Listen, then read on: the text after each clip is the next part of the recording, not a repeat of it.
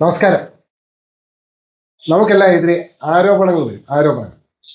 ആരോപണങ്ങൾ വരുമ്പോൾ നമ്മൾ വളരെ പാനിക്കാവും.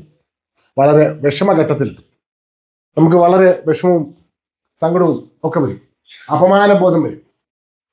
നമ്മൾ ആകപ്പാടെ വല്ലാത്ത ഒരു അവസ്ഥയിലെത്തും. ഈ ആരോപണങ്ങൾ, ചില അപമാനങ്ങൾ, ചിലപ്പോൾ അത് സത്യമായിരിക്കാം, കള്ളമായിരിക്കാം. അപ്പോൾ നമ്മൾ എങ്ങനെ നിലകൊള്ളണം എന്നുള്ളതിനെ പറ്റിയാണ് ഞാൻ പറയുന്നത്. എൻ്റെ ജീവിതാനുഭവമാണ് ഞാൻ പറയുന്നത്. ആരോപണങ്ങൾ നമുക്കെതിരെ വരുമ്പോൾ നമ്മളത് സശ്രദ്ധം മനസ്സിലാക്കണം. അത് ആരൊക്കെ അറിഞ്ഞു? ജനം മുഴുവൻ അറിഞ്ഞല്ലോ. പിന്നെ ഇനിയും മറ്റു പ്രശ്നമൊന്നുമില്ല. ഇനി അറിയാത്തവരായി ആരുമില്ല.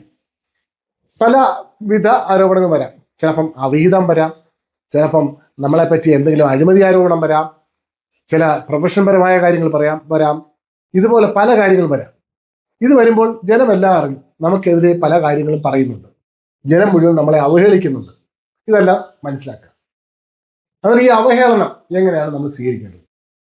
അത് ശരിയാണ്. ആ സാഹചര്യമായിട്ട് നമ്മൾ പൊരുത്തപ്പെട്ടു പോയെങ്കിലേ പറ്റും.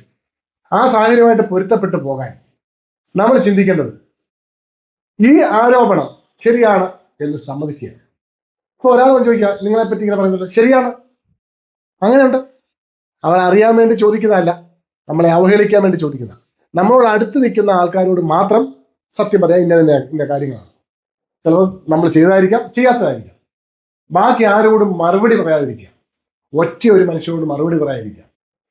നമ്മൾ സമ്മതിക്കേണ്ട, നമ്മൾ മൗനം പാലിച്ചാൽ മതി. മിണ്ടായിരിക്കും. അങ്ങനെ ഉണ്ടല്ലോ, ഞാൻ കേട്ടില്ല, ഞാൻ അറിഞ്ഞില്ല, അങ്ങനെ ഒരു സംഭവം ഞാൻ അറിഞ്ഞില്ല, നിങ്ങൾ കേട്ടായിരുന്നില്ലയോ, അത് ശരി, ഞാൻ അറിഞ്ഞില്ല. ഈ രീതിയിൽ സംസാരിച്ചു പോവുക. ഈ ആരോപണങ്ങൾ നമ്മൾ വിഷമിക്കുകയാണെങ്കിൽ അവിടെയാണ് നമ്മുടെ ശത്രുക്കൾക്കുള്ള സന്തോഷം. ആ സന്തോഷം നമ്മളായിട്ട് ഉണ്ടാക്കി കൊടുക്കരുത്. നമ്മുടെ മുഖത്ത് ഒരു കാരണവശാലും ആരോപണങ്ങൾ നമ്മൾ വിഷമിക്കുന്നു എന്ന് വരരുത്. നമ്മൾ സസന്തോഷം നേരിടണം. ഈ ആരോപണങ്ങളാൽ നമ്മളെ ആരും തൂക്കിക്കൊല്ലത്തില്ല. ഈ ആരോപണങ്ങളാൽ നമ്മുടെ ജീവിതം ഇല്ലാതാവത്തില്ല. ഈ ആരോപണങ്ങളാൽ നമ്മുടെ പ്രൊഫഷൻ ഇല്ലാതാവത്തില്ല. ഒന്നും ഉണ്ടാകത്തില്ല. എൻ്റെ ജീവിതം തന്നെ, എനിക്കെതിരെയൊക്കെ എത്രമാത്രം ആരോപണങ്ങൾ, എന്തുമാത്രം പ്രശ്നങ്ങൾ, എന്തുമാത്രം ദുരാരോപണങ്ങൾ, ഞാൻ ചെയ്തതും ചെയ്യാത്തതുമായ പല കാര്യങ്ങളെപ്പറ്റി എന്തൊക്കെ ഞാൻ അതൊക്കെ തൃണവൽഗണിച്ചിട്ടുണ്ട്. പറയുന്നവരൊക്കെ പറയട്ട, വോട്ടറാവില്ലേ, അത്രയേ ഉള്ളൂ.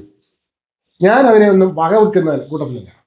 അതുകൊണ്ടെന്താ, എന്നെപ്പറ്റി ആരെന്ത് പറഞ്ഞാലും എനിക്ക് പ്രശ്നമല്ല എന്നുള്ളത് മനസ്സിലാക്കി എന്നെപ്പറ്റി ഇപ്പൊ ആരും ഒന്നും പറയുന്നില്ല. വല്ലോടൊന്നും പറയടാവേ എന്ന് പറഞ്ഞാൽ പോലും പറയുന്നില്ല. എന്തോ പറഞ്ഞാലും ഇവനൊരു പ്രശ്നമല്ല. പിന്നെങ്ങനെ എന്നെപ്പറ്റി പറയും? എന്നെ തൂക്കിക്കൊല്ലാനൊന്നും പറ്റത്തില്ല. ഇവനൊന്നും നുണ പറഞ്ഞാൽ എന്നെ തൂക്കിക്കൊല്ലാനൊന്നും പറ്റത്തില്ലല്ലോ. അന്നേരം നമ്മൾ അതിനെപ്പറ്റി വ്യാകുലപ്പെടാതിരിക്കുക എന്നുള്ളതാണ് നമ്മൾ ആദ്യം ചെയ്യേണ്ട കാര്യം. ഒരു കാര്യത്തിലും നമ്മളെ എതിർക്കുന്ന ആൾക്കാർ നമുക്കെതിരെ കൊണ്ടുവരുന്ന ആരോപണങ്ങളോ അല്ലെങ്കിൽ അധിക്ഷേപങ്ങളോ ഒന്നും നമ്മൾ മനസ്സുകൊണ്ട് സ്വീകരിക്കാതിരിക്കുക. നമ്മൾ തൃണവൽഗണിക്കുക. നമ്മൾ അതിനെ ശ്രദ്ധിക്കാതിരിക്കുക. നമ്മൾ പലതും ശ്രദ്ധിക്കാതിരിക്കണം. എല്ലാം ശ്രദ്ധിച്ചാൽ നമുക്ക് ലോകത്ത് ജീവിക്കാൻ പറ്റത്തില്ല. എല്ലാം ശ്രദ്ധയോട് നിന്നാൽ ലോകത്ത് ജീവിക്കാൻ പറ്റത്തില്ല. പലതും കാണാതെ പോകണം, പലതും ശ്രദ്ധിക്കാതെ പോകണം, പലതും മനസ്സിൽ കയറ്റാതെ പോകണം. എല്ലാം മനസ്സിൽ കയറ്റിയാൽ നമുക്ക് ജീവിക്കാൻ പറ്റത്തില്ല. നമുക്ക് ടെൻഷൻ ആയിരിക്കും ഫലം. ഒരു ദിവസം നമ്മൾ കുത്തിയിരുന്ന് ചിന്തിക്കുക, ഇന്ന പ്രശ്നങ്ങൾ, വലിയ കാര്യങ്ങൾ, ഓരോ കാര്യങ്ങൾ, നമ്മുടെ പ്രശ്നങ്ങളെ പറ്റി നമ്മൾ ചിന്തിച്ചാൽ നമുക്ക് പ്രശ്നങ്ങളേ ഉള്ളൂ. വലിയ മഹാത്മാക്കൾ പറയുന്നതിന് കൂട്ട് എൻ്റെ ജീവിതമാണ് എൻ്റെ സന്ദേശം എന്ന് പറഞ്ഞതിൻ്റെ കൂട്ട് എൻ്റെ ജീവിതമാണ് ഞാൻ ഈ പറഞ്ഞത്. ഒരാരോടും ഞാൻ സ്വീകരിക്കത്തില്ല, ഒന്നും ഞാൻ സ്വീകരിക്കത്തില്ല, ഒന്നിനോടും ഞാൻ പ്രതികരിക്കത്തില്ല, ഒന്നിനും ഞാൻ ഉത്തരം പറയത്തില്ല. ഒന്ന് വന്നാലും എനിക്കൊരു വികാരവുമില്ല. അതുവഴി പോവും, ഞാൻ ഇതുവഴി പോവും. എനിക്കെൻ്റെ ജീവിതം. ഇപ്പം ഒരാരോപണം വന്നെന്നിരിക്കട്ടെ, നമുക്കൊരു നാണക്കേട് വന്നു, ഒരു അപമാനം വന്നു, അതെക്കാലം നിൽക്കും. എക്കാലം നിൽക്കുന്ന ഒന്നുമില്ല, ഈ ഭൂമി പോലും ഇല്ല. ഒരാരോപണം വന്നു, നമ്മൾ അതുവഴി ഇങ്ങനെ നടന്നു കഴിഞ്ഞാൽ 10 പ്രാവശ്യം നടക്കണം. ചിലരുണ്ട് ഈ ആരോപണങ്ങൾ വന്നു കഴിഞ്ഞാൽ വെളിയിൽ ഇറങ്ങാതിരിക്കുന്നത്. അങ്ങനെയല്ല, ആരോപണങ്ങൾ കഴിഞ്ഞാൽ പരസ്യമായിട്ട് വെളിയിറങ്ങണം, ചിരിച്ചോണ്ടിരിക്കണം. ഈ രാഷ്ട്രീയക്കാർ ചിരിക്കുന്നുണ്ടില്ല. നമ്മുടെ ഉമ്മൻചാണ്ടിക്കെതിരെ വരെ ദുരാരോപണങ്ങൾ വന്നു. ഒന്നും ചെയ്യാത്ത കാര്യത്തിൽ അദ്ദേഹത്തിനെതിരെ വന്നു. 2 വിഷയം വന്നു. ഏതോ ഒരു സ്ത്രീ അയാളെ പീഡിപ്പിച്ചു എന്ന് പറഞ്ഞ് കൊടുത്തു. അദ്ദേഹം ഒന്നും അകത്തിരുന്നു, ഒന്നുമില്ല. ഇവിടുത്തെ പല രാഷ്ട്രീയ നേതാക്കൾക്കെതിരെയും വന്നു. അവർ കൂളായിട്ട് നടന്നു.